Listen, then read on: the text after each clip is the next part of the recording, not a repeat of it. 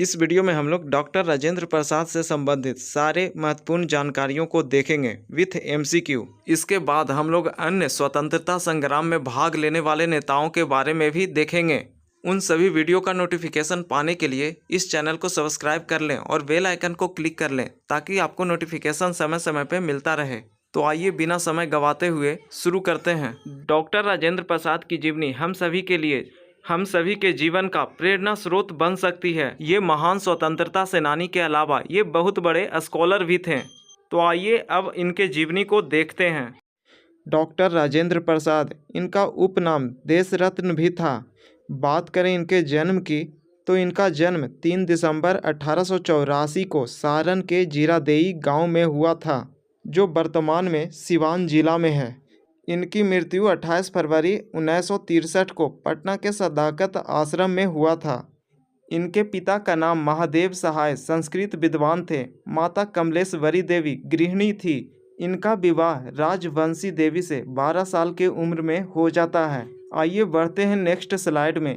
बात करें इनकी शिक्षा की। प्रारंभिक शिक्षा छपरा एवं पटना में हुई। 1902 में कलकत्ता विश्वविद्यालय में प्रवेश इन्होंने लिया और यहाँ पर इन्होंने टॉप किया, प्रथम स्थान प्राप्त किया। इन्होंने यहाँ कानून की शिक्षा ली। वकालत की डिग्री लेकर इन्होंने कलकत्ता एवं पटना कोर्ट में वकालत किया।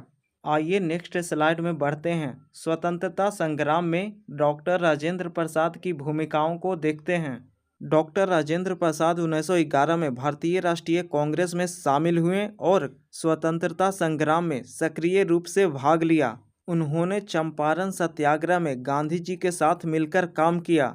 1920 के असहयोग आंदोलन में इन्होंने अपनी वकालत छोड़ दी और पूरी तरह स्वतंत्रता संग्राम में शामिल हो गए।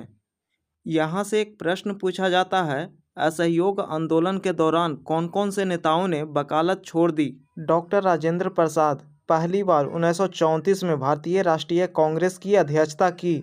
इसका अधिवेशन जो हुआ था बॉम्बे में हुआ था और 1935 में कांग्रेस का कोई अधिवेशन नहीं हुआ था। इस कारण से 1934 से 35 तक कांग्रेस के जो अध्यक्ष थे वे राजेंद्र प्रसाद थे।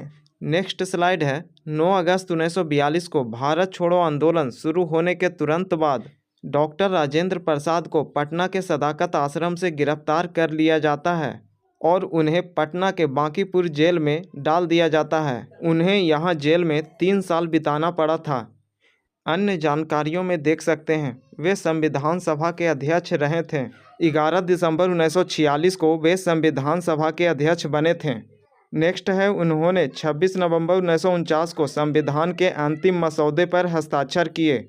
राजेंद्र प्रसाद ने राष्ट्रपति के रूप में 26 जनवरी 1950 से 13 मई 1962 तक राष्ट्रपति के रूप में रहे। अब तक 2 बार राष्ट्रपति बनने वाले एकमात्र व्यक्ति डॉक्टर राजेंद्र प्रसाद हैं। राजेंद्र प्रसाद ने 12 वर्ष तक राष्ट्रपति का पद संभाला। अब लास्ट में हम लोग उनकी पुस्तकों को देखते हैं। इंडिया डिवाइडेड, यह पुस्तक भारत के विभाजन के कारणों एवं परिणामों पर केंद्रित है। सेकंड पुस्तक है आत्मकथा। यह पुस्तक उनकी आत्मकथा है जिसमें उन्होंने अपने जीवन के संघर्ष एवं स्वतंत्रता आंदोलनों की भूमिका का वर्णन किया है। नेक्स्ट पुस्तक है बापू के कदमों में। यह पुस्तक महात्मा गांधी के प्रति सम्मान एवं समर्पण को दर्शाती है। चौथा पुस्तक है सत्याग्रह एट चंपारण।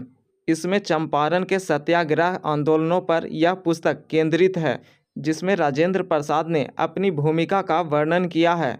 इनके अलावा अन्य राजेंद्र प्रसाद की पुस्तकें हैं गांधी की देन, दूसरा है भारतीय संस्कृति, तीसरा है खादी और अर्थशास्त्र। इन पुस्तकों को याद रखें, यहाँ से भी प्रश्न पूछे जा सकते हैं। अब देखते हैं राजेंद्र प्रसाद की कुछ महत्वपूर्ण पत्रिकाएं। देश, यह हिंदी साप्ताहिक पत्रिका थी। इसकी शुरुआत राजेंद्र प्रसाद ने 1920 के दशक में किया। सर्चलाइट पत्रिका की बात करें तो इसके संपादक राजेंद्र प्रसाद थे, साथ में मुरली मोहन प्रसाद भी थे। शुरुआत में यह पत्रिका द्विसाप्ताहिक थी। राजेंद्र प्रसाद ने बच्चों के लिए चुन्नू मुन्नू, अवंतिका जैसे पत्रिकाओं का संपादन भी किया। राष्ट्रपति राजेंद्र प्रसाद को मरने से 1 साल पहले 1962 में भारत का सर्वोच्च नागरिक सम्मान भारत रत्न दिया जाता है। आशा करता हूँ अब राजेंद्र प्रसाद से सारी क्वेरी आपके खत्म हो चुकी होगी। आइए अब देखते हैं राजेंद्र प्रसाद से संबंधित कौन कौन से प्रश्न बीपीएससी में पूछे गए हैं। भारत के प्रथम राष्ट्रपति कौन थे? इसका उत्तर है option number C, doctor Rajendra Prasad. प्रश्न संख्या 2 है, राजेंद्र प्रसाद का जन्म कब हुआ था? इसका उत्तर होगा ऑप्शन नंबर बी, 3 दिसंबर 1884।